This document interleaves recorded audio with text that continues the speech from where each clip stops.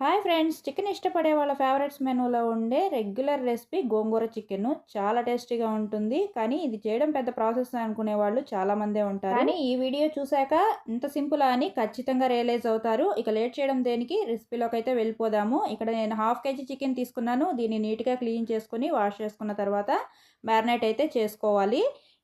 తర్వాత కొంచెం ఉప్పు వేస్తున్నాను మ్యారినేట్ కోసము, చిటికెడు పసుపు, తర్వాత 2 స్పూన్ల కారం కూడా వేస్తున్నాను. మా కారానికి తగినంత కారం నేను వేసుకుంటున్నాను. మీరు ఎంత కారం తినగలరో చూసుకొని వేసుకోవాలి. తర్వాత కొంచెం చికెన్ మసాలా 1 స్పూన్ వేసాను. ఒక గరిటెడు పెరుగు కూడా వేసి మొత్తం చికెన్ మొత్తానికి పట్టుకునేలాగా కలుపుకొని పక్కన పెట్టుకోవాలి. వీడియో చూస్తున్న వాళ్ళు ప్లీజ్ ఒక లైక్ చేయండి. కొత్తగా ఎవరైనా నా వీడియోస్ చూస్తుంటే ఛానల్ని సబ్స్క్రైబ్ చేసుకోండి. ఛానల్లో ఇంకా చాలా వీడియోస్ ఉన్నాయి, ఒకసారి వెరిఫై చేసేసేయండి. చాలా మంచి వీడియోలు అయితే మీకైతే ఉపయోగపడే ఉంటాయి. ఇక వీడియోలోకి అయితే వెళ్ళిపోతాము. ఇలా నీట్గా మొత్తం కలిపేసుకొని దీన్ని పక్కన పెట్టుకోవాలి. తర్వాత ఇందులోకి మసాలా ప్రిపేర్ చేసుకోవాలి కదా, అందుకోసం నేను ఇక్కడ ఒక ఆనియన్, 2 టమోటాలు, కొంచెం 2 పచ్చిమిర్చి, 1 ఇంచు అల్లము, కొన్ని తెల్లగడ్డల పాయలు తీసుకున్నాను. వీటికి నేనైతే పొట్టు వలవలేదండి, మీకు కావాలంటే పొట్టు వలుచుకోవచ్చు. వీటన్నిటిని గ్రైండ్ చేసుకుని కట్ చేసుకుని పక్కన పెట్టుకోవాలి. తర్వాత ఇది గోంగూర, ఇందులో మెయిన్ ఇంగ్రీడియంట్ స్పెషల్ గోంగూరే కదా. ఇక్కడైతే కాస్త తక్కువే ఉందండి, ఒక పిడికెడు మాత్రమే ఉంది. మీకు ఉంటే ఇంకొక పిడికెడు కూడా యాడ్ చేసుకోవచ్చు అనమాట. ఇది ఇంట్లో ఉండింది కాబట్టి నేను కొంచెమే వేస్తున్నాను. తర్వాత పొయ్యి మీద ప్యాన్ పెట్టుకొని ఒక 2-3 స్పూన్స్ ఆయిల్ వేసుకొని, తర్వాత మసాలా దినుసులు, కట్ చేసుకున్న పచ్చిమిర్చి, ఆనియన్ కూడా వేసేసి అది కాస్త వేగాక అల్లం వెల్లుల్లి పేస్ట్ కూడా వేసుకోవాలి.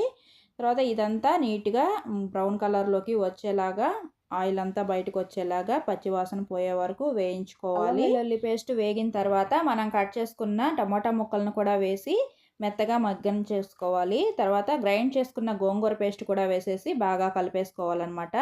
గోంగూర తెల్ల గోంగూర అయినా తీసుకోవచ్చు, ఎర్ర గోంగూర అయినా తీసుకోవచ్చు. ఎర్ర గోంగూర అయితే టేస్ట్ బాగుంటుందండి, కొంచెం పుల్లగా ఉంటుంది కాబట్టి. గోంగూర కొంచెం వేగిన తర్వాత కొత్తిమీర, పుదీనాను కూడా కట్ చేసుకొని వేసుకొని మంచిగా వేయించేసుకోవాలన్నమాట.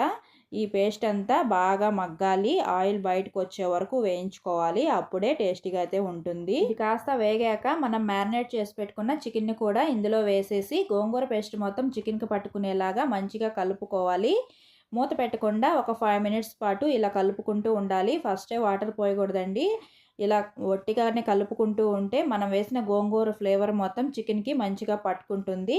తర్వాత మూత పెట్టుకొని మంటని మీడియం టు సిమ్లోకి అడ్జస్ట్ చేసుకుంటూ మధ్య మధ్యలో ఇలా కలుపుకుంటూ ఉంటే చికెన్లోంచి మంచిగా వాటర్ రిలీజ్ అవుతుంది. ఇలా ఈ వాటర్తో కాసేపు కుక్ చేసుకోవాలి, అప్పుడే బాగుంటుంది. ఇలా కుక్ చేసుకున్న తర్వాత కొన్ని వాటర్ అయితే పోసుకోవాలి.